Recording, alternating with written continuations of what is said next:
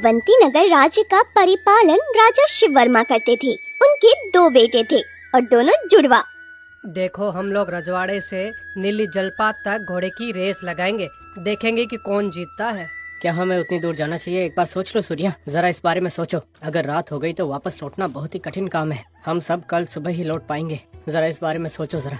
हाँ वैसे भी भैया, हमें इतनी दूर क्यों जाना है? हमारे साथ तो घोड़े भी थक जाएंगे। आखिर हम लोग भी कब तक आसपास टहलेंगे? और वैसे भी तुम मुझसे रेस तो लगा नहीं पाओगे। तुम यहीं रहो, मैं तो चला। सुन विजय, तुम मेरे साथ चलोगे या तेरा भी बुढ़ापा अभी आ गया है? अच्छा, तो इसका मतलब तुम निष्कर्ष पर आ गए कि हम बुढ़े हो गए। ठीक है, चलो हम आज तुम्हें हरा कर रहेंगे। मैं तो रेस के लिए तैयार ही हूँ। चंदू, तुमने क्या सोचा है? चलोगे ना? तुम तीनों आज तक मेरे बिना कहीं पर गए हो? चलो, मुझे विजय होते देख ही लो। मुझे हराने वाला अभी तक इस राज्य में पैदा नहीं हुआ है। रेस के लिए तैयार हो जाओ, जल्दी शुरू करते हैं। नीली जलपात हमारा लक्ष्य है। जो भी सबसे पहले नीली जलपात पर पहुंचकर पानी पिएगा तो ये समझ लेना कि वो ही विजेता होगा। इसके बाद चारों रेस की शुरुआत करते हैं। बड़ी तेजी से नीली जलपात पहुंचकर उस रेस में विक्रम विजयी हो जाता है। सूर्य कुमार, इस बार तो विजेता मैं बन गया। तुम हारे हो तो मुझे बताओ कि इस बार पुरस्कार में क्या मिलने वाला है? अरे गलती से तुम एक दिन जीत गए हो तो मैं हारा हुआ थोड़ी कहलाऊंगा। बस मैं तो जीत के 4-5 कदम पीछे था, तुमने बाजी मार ली, बस इतना ही। जीत से दूरी 4 कदम की हो या 1 कदम की, हार तो बस हार ही होती है। काफी अंधेरा हो गया है, आज रात हम यहीं आराम कर लेते हैं, कल सवेरे निकलेंगे। हाँ ठीक है, आज रात को हम लोग यहीं पर रुक जाते हैं। और हाँ, समय को व्यर्थ न करते हुए स्पर्धा रखते हैं, समझ गए ना तुम लोग? फिर से स्पर्धा? नहीं भैया नहीं, सब बुरी तरह थक चुके हैं, कल सवेरे देख लेंगे ना। नहीं, फिर से घोड़ों पर सवार होकर हमें रेस थोड़ी ना लगानी है। वो वहाँ नदी के किनारे एक लकड़ी का लट्ठा पड़ा हुआ है जो इस किनारे से उस किनारे को जोड़ती है। देखते हैं उस लठ पर चलकर इस ओर से उस ओर तक कौन लौट कर आता है। क्या उस छोटे लठ पर चढ़ना है? अगर हम चारों उस लठ पर चढ़ेंगे तो खतरा नहीं हो जाएगा? मान लो किसी की गलती से भी पैर फिसल गया तो नदी का प्रवाह इतना तेज है कि बहा ले जाएगा। मुझे पता नहीं था कि तुम इतने डरपोक हो। हम इतना साहस भी नहीं करेंगे, समझे? वीर कहलाने का अधिकार नहीं है तुम्हें। नहीं सूर्या, इसमें बहुत ज्यादा खतरा है। हमें ऐसा कोई प्रयास करने की आवश्यकता नहीं है, समझे? चाहो तो कल सुबह इस नदी के किनारे हम चारों रजवाड़े तक फिर से रेस लगाएंगे, समझ गए तुम? तुम सब यही रखो, मैं अकेला उस लट पर होते हुए उस किनारे पर लौट जाऊंगा, तभी तुम में साहस आएगा। नहीं सूर्य वर्मा, मेरी बात मान लो, इतनी रात गए, तुम ये प्रयास बिल्कुल भी मत करो। इस तरह सबके मना करने पर भी उन्हें अनसुना करके घोड़े पर सवार होकर सूर्य कुमार लट से होते हुए उस ओर जाने का प्रयास करने लगा। वो उस लट पर चल रहा था जो कि अंदर से खोखला हो चुका था। घोड़े के साथ सूर्य का भार लट पर टिक नहीं पाया और वो बीच रास्ते में ही गिर गया। अरे, लट टूटकर नदी में गिर गई। अब हम क्या करेंगे? नदी का प्रवाह बहुत तेज है, अब कोई चारा नहीं है, मुझे युवराज की रक्षा करनी ही होगी। विक्रम तुरंत नदी में कूदकर हर जगह सूर्या को खोजता है पर उसका कोई पता नहीं चलता। वे सभी जब युवराज की तलाश कर रहे थे तब कहीं एक किनारे पर सूर्या मरा पड़ा दिखता है। अरे ये क्या हुआ? युवराज तो चले गए, अब हम महाराज से क्या कहेंगे? उन्हें इतना रोका पर युवराज ने अपनी एक नहीं सुनी। अब हम राजधानी क्या मुँह लेकर जाएंगे? तुम बताओ कि महाराज को हम क्या उत्तर देंगे? इसके बाद वो लोग सूर्य कुमार को लेकर राजधानी पहुंचते हैं। महाराज अपनी बेटी की मृत्यु देखकर उसका दाह संस्कार कर देते हैं। उसके उपरांत सबको समावेश कर उससे पूछते हैं कि क्या हुआ। जो कुछ भी हुआ उसका कारण तुम्हारी रेस ही थी, है ना? ठीक है, युवराज सूर्य कुमार की मृत्यु तुम दोनों भाइयों के कारण हुई है। मंत्री जी बताइए, इन्हें दंड बताइए, इसका दंड क्या है? महाराज, युवक है, इनसे जोश में गलती हो गई। मैंने अपने दोनों बेटों से विषय जाना, युवराज ने बिना विचार किए मना करने पर भी ऐसा किया था, इसीलिए। जो भी हो, सब मतलब नहीं। युवराज तो नहीं रहे, उनकी कमी कोई पूरी नहीं कर सकता। मित्र होकर भी इन लोगों ने उनकी रक्षा नहीं की तो फिर इन लोगों को मृत्युदंड मिलना चाहिए। महाराज, आपकी बात सही है कि किसी ने युवराज को नहीं बचाया, लेकिन आप एक बार सोच कर देखिए, आपके पुत्र शोक से कितने विचलित हो रहे हैं। कल जब मेरे बेटे भी नहीं होंगे तब मेरी भी ऐसी ही अवस्था होगी। महाराज, आपका कहना भी सत्य है, लेकिन इन दोनों को क्षमा बिल्कुल नहीं मिलेगी। इसलिए मैं इन दोनों को एक जटिल कार्य सौंपना चाहता हूँ। अगर इन्होंने इस कार्य को संपन्न किया तो मैं इन्हें छोड़ दूंगा, वरना नहीं। समझ में आ गई तुम दोनों की ये बात? सोच लो इस बारे में। महाराज, कार्य कितना भी जटिल क्यों ना हो, वो दोनों उसके लिए तैयार होंगे। कृपया करके कार्य विस्तार से बताइए मुझे। ठीक है, ऐसा मैंने सुना है कि चित्रपुर के महाराज विवेक वर्मा का वो घोड़ा अति ही प्रिय है और मैंने ये भी सुना है कि हर रोज उस अश्व को देखने के लिए जाते हैं, इसीलिए उस अश्व को यहाँ लाना तो असंभव है। तो ये तुम दोनों को कार्य करना पड़ेगा। चित्रपुर के महाराज विवेक वर्मा का वो अति प्रिय घोड़ा है। मैंने सुना है कि वो हर रोज एक बार उस अश्व को देखने के लिए हमेशा जाते हैं। ऐसे में उस अश्व को यहाँ ला पाना असंभव है। देखिए, ये संभव है असंभव मैं नहीं जानता। अगर ये दोनों उस अश्व को यहाँ ले आए तो मैं इन दोनों को जीवित छोड़ दूंगा, वरना नहीं। यहाँ रहेंगे तो मेरे बेटों की मृत्यु निश्चित है। महाराज के कहे अनुसार अगर वो दोनों घोड़ों को लाने का प्रयास करेंगे तो कम से कम जीने का अवसर तो मिलेगा। और महाराज, आपने जो कहा उसके लिए अपने बेटों को सिद्ध करने में मुझे कोई आपत्ति नहीं है, किंतु मेरी एक विनती है। कहिए मंत्री जी। वैसे भी मैंने वचन दिया है, अगर ये दोनों अश्वों को ले आएंगे तो मैं क्षमा कर दूंगा इनको। जी महाराज, पर मैंने भी उनके साथ जाने का निर्णय बना लिया है, अगर आपकी अनुमति हो। अच्छा, तो आपने भी इनके साथ जाने का निर्णय लिया है। ठीक है, मुझे कोई आपत्ति नहीं है। बस मुझे वो अश्व लाकर यहाँ दे दो। ये लो, इसमें कुछ मुद्राएं हैं, यात्रा करने और खाने के लिए पर्याप्त होंगी तुम्हारे लिए। आप अपने पास रख लीजिए। इस तरह उस समय के लिए अपने बेटों को दंडित होने से बचाकर मंत्री महाराज का दिया धन लेकर वहाँ से चला जाता है। देखो, एक बात कहनी है, हम अत्यंत जोखिम भरा काम करने जा रहे हैं। थोड़ी भी चूक हो गई तो हम चित्रपुर महाराज के हाथों मारे जाएंगे। बड़ी ही विवेकता से हमें उस घोड़े को लेकर आना है। पिताजी, आप हमारे साथ क्यों चलना चाहते हो? हम दोनों जाकर आते हैं ना। अगर चित्रपुर महाराज के हाथ लग गए तो हम दोनों ही मारे जाएंगे।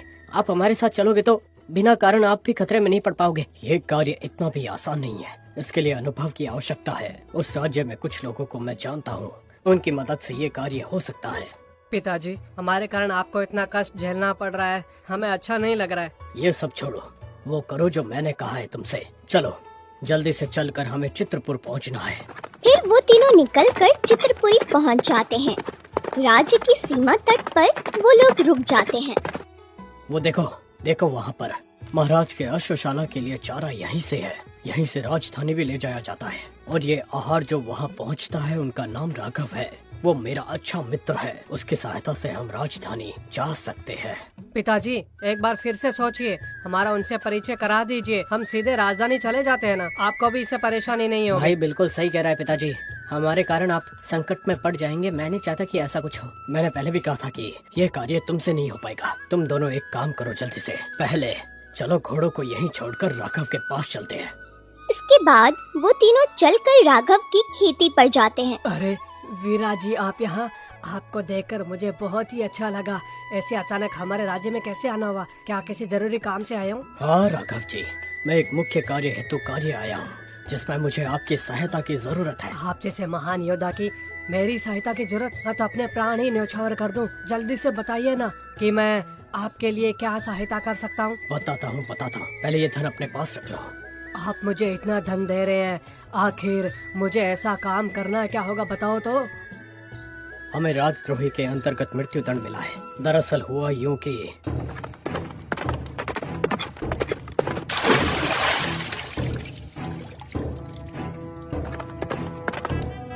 इसलिए महाराज ने मेरे बेटों को मृत्यु दंड देने का सोचा। इस दंड से मुक्त होने के लिए उन्होंने हमसे चित्रपुर महाराज का अप्रिय घोड़ा लाकर देने की मांग की है। अगर हम ऐसा नहीं करते तो वो मार डालेंगे। आप जानते भी हो कि आप मुझसे कैसी सहायता की अपेक्षा कर रहे हो। महाराज हर रोज उस घोड़े को देखने के लिए जाते हैं और आप हो कि उस घोड़े को चुराने की बात कर रहे हो। और तो और उसमें तो आप मेरी सहायता मांग रहे हो। ये कैसे हो सकता है? वीराजी, ये असाध्य है। मैं आपकी इसमें कोई सहायता नहीं कर सकता हूँ। राघव जी, आप मुझे वर्षों से जानते हैं। आप ही है जो मुझे संकट से दूर निकाल सकते हैं। जो गलती की नहीं उसके लिए मेरे बेटों को दंड क्यों मिले? एक पिता के हिसाब से उनको बचाने की जिम्मेदारी मेरी है। मैं आपसे निवेदन करता हूँ कि आप हमारी सहायता करें। हम किसी भी तरह से राजधानी तक पहुँच जाए, उसके बाद हमें जो करना है हम कर लेंगे। आप जो करने जा रहे हो अत्यंत ही कठिन कार्य है। आपको राजधानी तक पहुंचाना मेरे लिए आसान काम है, पर आपके लिए घोड़ा ले जाना असंभव। अगर महाराज को पता चला कि मैंने आपकी सहायता की है तो वो मुझे कभी नहीं छोड़ेंगे। मेरी बात मानो आप अपने राज्य से कहीं दूर ऐसी जगह चले जाओ जहाँ पर आपको महाराज तो क्या महाराज का साया भी ना ढूंढ पाए। यही सही रहेगा आपके लिए। ये काम हो जाएगा, इससे भी अधिक धन दूंगा। मेरी बात मत टालना, सहायता करो बस। देखिए आप, मुझे इसकी कोई भी आवश्यकता नहीं है। पर आपको इस तरह से अपने बेटों के लिए तड़पता देखकर मुझे बहुत ही दुख हो रहा है। ठीक है, मैं आपको घोड़ों के चारों के ढेर में छुपाकर राजधानी की ओर लेकर चला जाऊंगा, पर किसी को पता नहीं चलना चाहिए कि मैं आपकी सहायता कर रहा हूँ। मुझे ये धन भी नहीं चाहिए। राजधानी में ये धन आपके बहुत काम आएगा। आज रात को आहार की गाड़ी राजधानी जाएगी, आप उसमें छिपकर चले जाना। राघव जी, आपका ये उपकार मैं आजीवन नहीं भूलूंगा। इसके बाद राघव उन तीनों को घोड़े के चारे की गाड़ी में छिपाकर राजधानी ले जाता है। वहां पहुंचकर वो तीनों गाड़ी से बाहर निकलते हैं। बाहर निकलने के बाद सावधान रहना, वो वहीं से अश्वशाला है। हमें जिस घोड़े की तलाश है वो वहीं होगा। उचित अवसर मिलते ही हमें अंदर जाना है। पिताजी, जरा देखिए ना, लगता है पहरेदार सिपाही है, हमारी ओर ही आ रहे हैं। क्या कह रहे हो कि वो हमारी ओर आ रहे हैं? उनसे छिपकर हमें पेड़ की ओर छिपना होगा। आने देते हैं, मेरी तलवार की धार से बचने नहीं वाले हैं वो। जल्दबाजी मत करो, यहाँ ऐसा कोई भी वार मत करना, वरना हम संकट में पड़ सकते हैं। वो आ रहे हैं, जरा संभल कर। देखो तो, उस पेड़ के पीछे कुछ हलचल हो रही है। चलो वहाँ जाकर देखते हैं। चलो। जैसे ही उन दोनों सिपाही को ये पता चलता है कि पेड़ के पीछे कोई है, वो लोग वहाँ आ जाते हैं। ए, कौन हो तुम और यहाँ पर क्यों छुपे हो? क्या तुम इसी राज्य से रहने वाले हो? दरअसल हम पड़ोसी राज्य से आए हैं, घोड़े के तबेले में काम खोजने के लिए आए हैं। देखकर तो ऐसा नहीं लगता। तुम इनकी तलाशी लो। देखो तो इनके पास कितना सारा धन है। इतना धन रखकर घोड़े के तबेले में काम करने आए हैं, लगता नहीं है ऐसा तो। कौन हो तुम? जरा गौर से देखो, मेरी आयु देखकर लगता है कि मैं कोई चालाक आदमी हूँ। हमें हमारे व्यापार में नुकसान हुआ है, बचा कुचा बेचकर राज्य छोड़कर धन के साथ यहाँ आए हैं। घोड़ों का पोषण करने में हमारा अच्छा अनुभव है, इसलिए घोड़े के तबेले के पास आकर सवेरे तक यहीं रुक जाने का सोच रहे हैं। हाँ, अच्छा तो आप घोड़े के तबेले में काम करना चाहते हैं। ठीक है, मैं उनसे बात करके आपको काम में लगवाता हूँ, लेकिन मुझे बदले में ये सारा धन चाहिए होगा। रख लीजिए, हमें धन की आवश्यकता नहीं है, बस हमारे खाने रहने का प्रबंध हो जाए, इतना काफी है। आप घोड़ों के तबेले में जाओगे तो आपके रहने खाने का सारा प्रबंध हो जाएगा। चलिए आपको वहाँ ले चलते हैं। इस तरह उन्हें घोड़े के तबेले में काम मिल जाता है और वो लोग वहीं रहने लगते हैं। इस तरह एक सप्ताह बीत जाता है। एक रात पिताजी, हम जिस घोड़े की तलाश कर रहे हैं, मुझे पता चला है कि वो इस तबेले में है ही नहीं, और पता चला है कि उसे किसी विशेष जगह या यहाँ से बहुत दूर के तबेले में कहीं रखा हुआ है। तो हमें वहीं जाना होगा। आज रात ही वहाँ चलकर रातों रात घोड़े को चुराकर सीमा पार करनी होगी। पर मैंने सुना है कि वहाँ 4 पहरेदार होंगे, खासकर घोड़े के लिए उन चारों को वहीं नियुक्त किया गया है पहरेदार के रूप में। अचानक उन पर हमला बोलकर हम उन्हें उचित कर देंगे और घोड़े को लेकर चले जाएंगे। पर यह याद रखना जरूर, हमला ऐसा करोगी उनके प्राणों को किसी भी तरह की हानि ना पहुंचे, ये बात समझ लेना। उस रात वो तीनों घोड़े के तबेले में जाते हैं। जैसा उन्होंने सोचा था, उन 4 पहरेदारों पर अचानक हमला करके उन्हें अचेत कर देते हैं। चलो जल्दी करो, अंदर घोड़ा है, उसे लेकर चलते हैं। इसके बाद वो लोग घोड़े के सामने जाते हैं। नए चेहरे देखकर घोड़े जोर से हिनहिनाने लगते हैं। उस पर सवार हुए विक्रम को झटका देकर घोड़ा गिरा देता है। इन आवाजों को सुनकर आसपास वाले कुछ सिपाही वहां आ जाते हैं। कौन हो तुम? बाहर पहरेदारी करे सिपाही उचित पड़े हुए हैं, उन पर हमला तुम ही लोगों ने किया था ना? मुझे सब सच बताओ, वरना तुम लोगों को जिंदा नहीं छोड़ूंगा। हमने उन पर वार नहीं किया, हम दूसरे वाले तबेले में काम करते हैं। हम तो केवल महाराज के प्रिय घोड़े को देखने आए थे, हम चोर नहीं है। ये तो अवंती नगर राज्य के मंत्री वीर जी हैं। ये यहाँ पर क्या कर रहे हैं? यहाँ कुछ तो गड़बड़ है। हमें पता चल गया है कि आप लोग कौन है। आप अवनति नगर के राज्य मंत्री हो ना? हो या नहीं हो, बताओ मुझे। हाँ, मैं अवनति नगर राज्य का मंत्री वीरराज हूँ, पर मैं यहाँ पर, हमें कुछ बताने की जरूरत नहीं है। आप कोई साजिश से यहाँ पर आए हैं। चालाकी से आप हमारी राजधानी में प्रवेश करके आप तीनों महाराज के प्रिय घोड़े तक पहुंचकर कुछ न कुछ तो जरूर कर रहे थे। और हाँ, बाहर पहरेदारी करने वाले सिपाहियों को भी बेहोश कर दिया है। आपको हम ऐसे नहीं छोड़ेंगे, महाराज के समक्ष आपको प्रकट करेंगे। इन्हें बंदी बना लो। उन्हें बंदी बनाकर चित्रपुरी के महाराज के सामने उन्हें प्रकट किया जाता है। अवंती नगर के मंत्री जी, आप कुशल योद्धा हैं। आपकी युद्ध निपुणता के गुणगान सुने हैं मैंने। और तो और आपने अपने राज्य के लिए कई युद्ध लड़े हैं, लेकिन ऐसे आपको हमारे राज्य में क्या काम पड़ गया है? वो भी इस तरह छुपे छुपाते हुए आप यहाँ पर आए हैं। ऊपर से आप मेरे प्रिय घोड़े चतक तक भी पहुँच गए थे। महाराज, मेरे बेटों को राजद्रोह के अंतर्गत मृत्यु दंड मिला है। आपके प्रिय चेतक को इन्हें मृत्यु दंड मुक्त किया जाएगा, इसलिए मैंने यही दुस्साहस किया। कृपया करके मुझे माफ कर दीजिए महाराज, मुझसे बहुत बड़ी गलती हो गई।